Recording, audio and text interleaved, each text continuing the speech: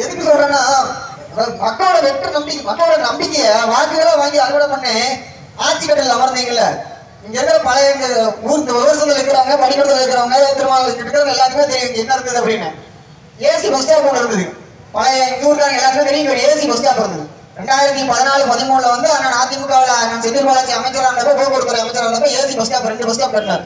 ஒன்று வந்து இங்க இருக்கிற பஸ் ஸ்டாப், இன்னொன்று ராமேஸ்வரப்பட்டியில் ஒரு ஊர்கிட்ட மண்ணோட ஒன்று கட்டி வச்சார். 2 bus stop AC bus stop அரசு கட்டி வச்சார். பஸ் ஸ்டாப்புக்கு இங்க இருந்து கரூர் பஸ் ஸ்டாண்ட் போகணும் அப்படின்னா இங்க இருந்து 100 மீட்டர் நடந்து போனாலும் வாக்கபிள் டிஸ்டன்ஸ் தான் நடந்து போயிடலாம். ஆனா பஸ் ஸ்டாப் இங்க வெட்டின்னு வச்சிருக்காரு. கடை போட முடியாம, பொதுமக்கள் வண்டி நிறுத்தாம, வாகன வசதி எதுவுமே நிறுத்த முடியாம இங்க பஸ் ஸ்டாப். எந்த ஒரு முட்டாளாவது செய்வானா? இப்படி ஒரு காரியத்தை செய்வானா? கொஞ்சமாவது அறிவு தான் செய்வானா அந்த வேலைய? அப்படி ஒரு சின்ன ஒரு தகவல், ஒரு பேசிக் அறிவு கூட வேணாம். இங்க இருந்து பஸ் ஸ்டாண்டுக்கு 100 மீட்டர் நடந்து போயிடலாம், இங்க தேவையில்லாத செலவு அப்படின்ட்டு. அது ரெண்டாவது இன்னொன்னு, எங்க கரூர், நான் வந்து நெரூர் பக்கத்துல ஒத்தக்கடைங்கிற ஊரு. நெரூர்ல வந்து காவிரி ஆறு பக்கத்துல இருக்குது. காவிரி ஆறுல 2021 தேர்தல் வாக்குறுதியில் சொன்னது வந்து 700 கோடி மதிப்புல வந்து தடுப்பணை கட்டுறோம் அப்படின்னு சொல்லி, திமுக அரசு 700 கோடி மதிப்புல நெரூர்ல வந்து தடுப்பணை கட்டுறோம் அப்படின்னு சொல்லி அறிக்கையை கொடுத்து சிவரகுலபுரம்லாம் பண்ணாங்க. ஆட்சி கட்டில் அமர்ந்ததுக்கு அப்புறம் சிவரகுலபுரம்லாம் வந்தாங்க, பெட்ரோல் ஒதுக்குனாங்க, நிதியோட 700 கோடி ஒதுக்குறோம் அப்படின்னு சொன்னாங்க. ஆனா திடீர்னு என்ன நினைச்சோம்னா, சுற்றுச்சூழல் தாக்க மதிப்பீட்டின்படி இங்கேயும் திருச்சியிலையும் காவிரி ஆற்றுல தடுப்பணை கட்டுறதுக்கான போதிய இடவசதி இல்லை, போதிய சுற்றுப்புறச்சூழல் தாக்க மதிப்பீட்டு அது பண்ண முடியாது அப்படின்னு சொல்லி ரத்து பண்ணிட்டாங்க. ஆனா ஏன் ரத்து பண்ணாங்க அப்புறம் தான் தெரிஞ்சது.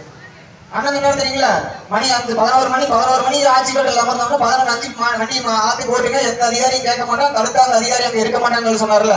அப்புறம் தான் தெரிஞ்சது நமக்கு, ஒருவேளை தடுப்பணை கட்டினா மண்ணால முடியாது, தண்ணி நிற்கும், மண்ணால முடியாது அப்படின்னு சொல்லி அந்த பிளானை கேன்சல் பண்ணாரு. சரி, அட்லீஸ்ட் மணல் அல்றவங்களுக்கு அந்த அனுமதி கொடுத்தீங்க அப்படின்னா அதுவும் கிடையாது. மாட்டு வண்டி அல்றவங்களுக்கு அனுமதி இல்லை. நீங்க எனக்கு தெரியும் நைட்டு எத்தனை லாரியில் மண்ணாடுறாங்க, திட்டு மண்ணை ஓட்டிக்கிறாங்கிறது தெரியும். இன்னமும் ஓடிட்டு தான் இருக்குது. இன்னைக்கு நைட்டு போனா கூட பிடிக்கலாம் வண்டி இருக்குது. நான் காவல்துறைக்கு சொல்றேன், நெருவில் வண்டி ஓடிட்டு தான் இருக்குது. அதுல எவருமே மாட்டு வண்டிக்காரன் ஊருக்கார சொந்த ஊருக்காரெல்லாம் கிடையாது. அதுலாம் யாரும் இருக்காரு, புதுக்கோட்டையில வந்து அள்ளி தின்னுட்டு இருக்காங்க.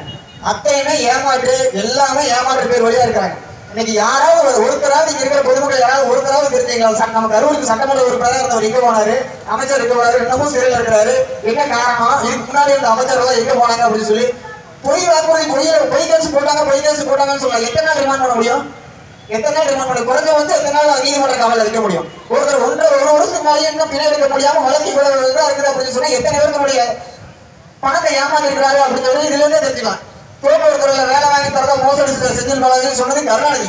நீங்க அதிமுக காரங்க வந்து எங்களை வந்து கோவிச்சுக்கிறாங்க, பாஜக கோவிச்சுக்கிறாங்க. ஆனா உண்மையிலேயே வந்து திராவிட முன்னேற்ற கழகத்துடைய வந்து புரிஞ்சுக்க வேண்டியது என்ன அப்படின்னா, இப்போ அண்ணன் செந்தில் பாலாஜி சிறையில் இருக்கிறதுக்கு காரணம் அன்றைக்கு கருணாநிதி கொடுத்த புகாரின் பேரில் இன்னைக்கு சிறையில் வந்திருக்கிறார்.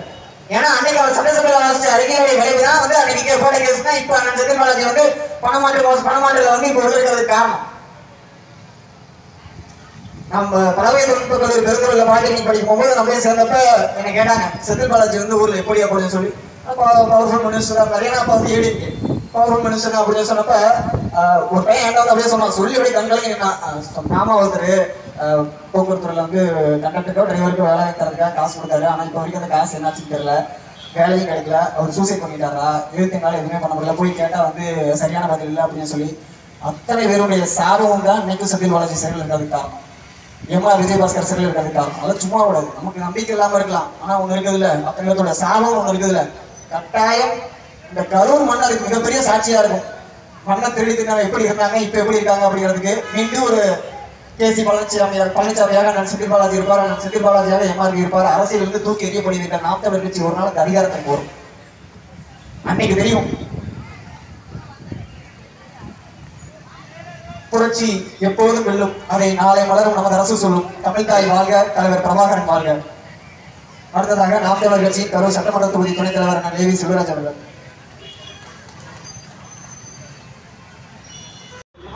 முதல் பிரச்சனை நடக்கும்போது கள்ளச்சாவு நடக்கும்போது மின்சார கட்டண உயர்வு ஏற்படும். மின்சார கட்டண உயர்வு நடக்கும்போது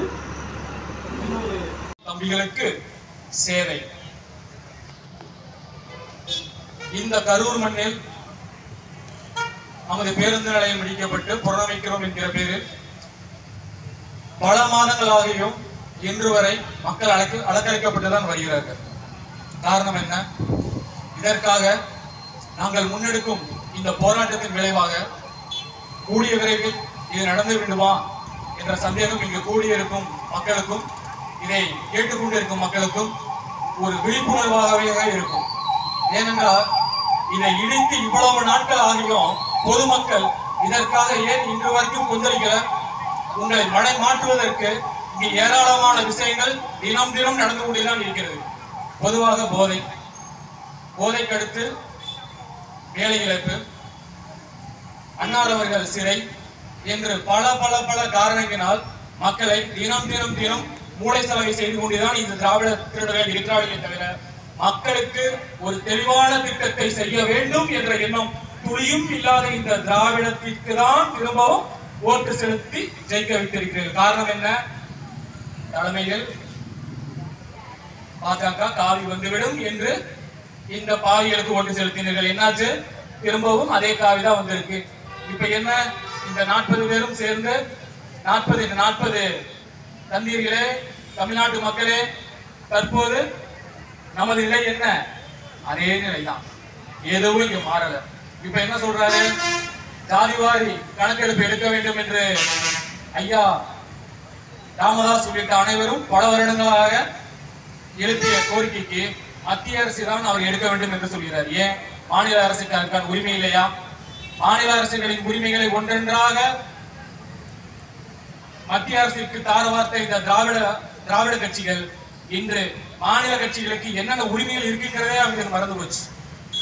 கேட்டா எதுக்குங்க கரண்ட் விலை ஏத்துறீங்க? மத்திய அரசு கிரிட் ஸ்மார்ட் கிரிட் மூலம் அவங்க மத்திய அரசினுடைய நிதி எங்களுக்கு தரல, அதனால மாநில அரசுக்கு சுமை, அதனால் நாங்கள் மாநிலத்தில் மக்களுக்கான மின் உயர்வை நாங்க உயர்த்துறோம் என்று சொல்றீங்க. சரிங்க, அப்படின்னா மத்திய அரசிற்கு உண்டான உரிமை எந்த அளவுக்கு உள்ளதோ அதே போல மாநில அரசிற்கான உரிமைகளும் உள்ளனவா இல்லையா? மாநில அரசிற்கான மானியங்கள் உள்ளனவா இல்லையா?